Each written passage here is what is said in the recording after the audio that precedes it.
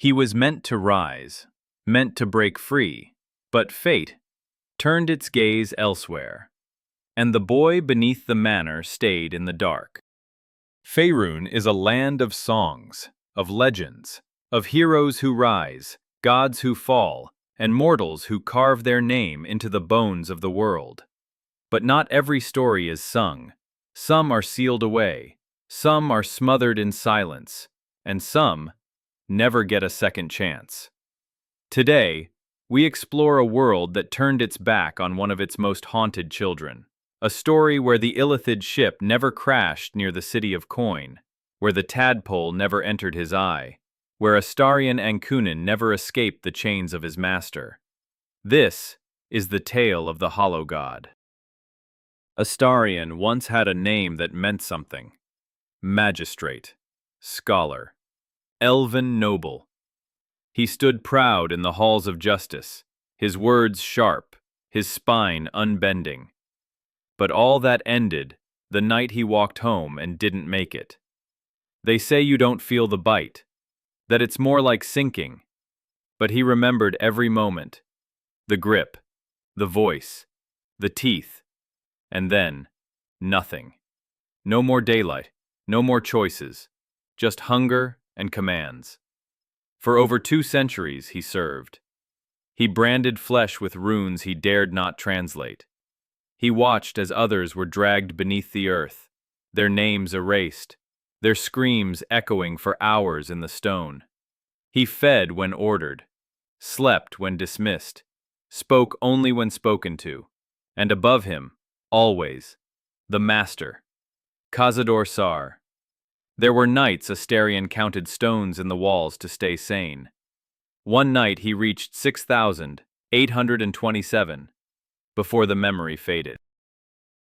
In the timeline we know, salvation came on wings of horror. A nautiloid pierced the sky and crash-landed, scattering fate like embers in the wind. That parasite in the eye, the one most feared, became, for Astarion, the first key of freedom. But not this time. In this world, the ship sails past. The mind flayers find other hosts. The manor remains untouched. And Astarion wakes, as he always does, alone in a box beneath the ground, waiting for permission to rise. Above him, Faerûn sings of heroes, of Gith warriors and druid groves, of devil bargains and shattered moons. But below it all, he rots, undying, unchanging, forgotten. The centuries pass, and then comes the ritual. Cazador has prepared for this moment for decades, to consume the souls of his spawn, absorb their undeath, and ascend, no longer just a vampire lord, but a god, one born of blood, of screams, of obedience. Astarion is placed at the center, not as a victim, not even as a favorite, but as a vessel, the container for power, broken enough not to resist, but stable enough to survive the channeling. He doesn't cry, not anymore, but somewhere deep inside, there is a boy still clawing against the coffin lid, still whispering for help, still wondering why no one ever came. The ritual begins. 7,000 souls scream as one. But something goes wrong. Perhaps it's the residue of his resistance. Perhaps the pain built a storm in his soul, waiting for release. Or perhaps the gods took pity. But instead of dying, Astarion takes in the power. All of it. Cazador dies screaming, his bones crumbling to ash. And Astarion ascends. But not as a savior. Not as a god of hope. He becomes something else. A silence. A weight. A god of memory, agony, and loss. He does not conquer. He does not rule. He simply exists. Baldur's Gate becomes a city without a heart. No fires burn in the hearths. No children play in the alleys. The air hangs heavy, like breath held too long. People begin to forget things.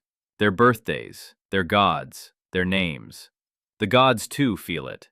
Maestra flickers, Selûne weeps.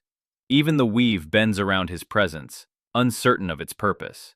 And at the center of it all, Astarion sits in a cold room that was once Cazador's. He says nothing. He dreams of things he never had, a son he never saw, a name spoken in love, not fear. In his new state, Astarion builds a world, not of stone, but of memory. He replays old moments, a smile given in passing, the sound of wind through leaves, the taste of wine before the bite. And then he begins to create false ones. He dreams up lovers, friends, lives where he was a hero, where he wasn't turned, where the trial ended in cheers, not chains. But he knows they aren't real. And that is the worst part. Eventually, Faerûn begins to collapse, not with war, not with plague, with stillness. Magic becomes unreliable. The stars vanish one by one. People stop praying, not because they've lost faith, but because they can no longer remember what faith felt like. And in a final act of desperate hope, one last priestess walks through the empty city to find him. She lights a single candle, she kneels, and she says, "You don't have to be alone anymore." And for a moment, a brief, breathless moment, he believes her. He closes his eyes and lets go. The silence lifts. The sun returns. Baldur's Gate wakes from its slumber. There is no statue to the hollow god, no shrine, no songs. But sometimes, a passerby leaves a rose on the steps of an old, crumbling manor. And carved beneath the stone, almost too faint to read, "He only wanted to be free."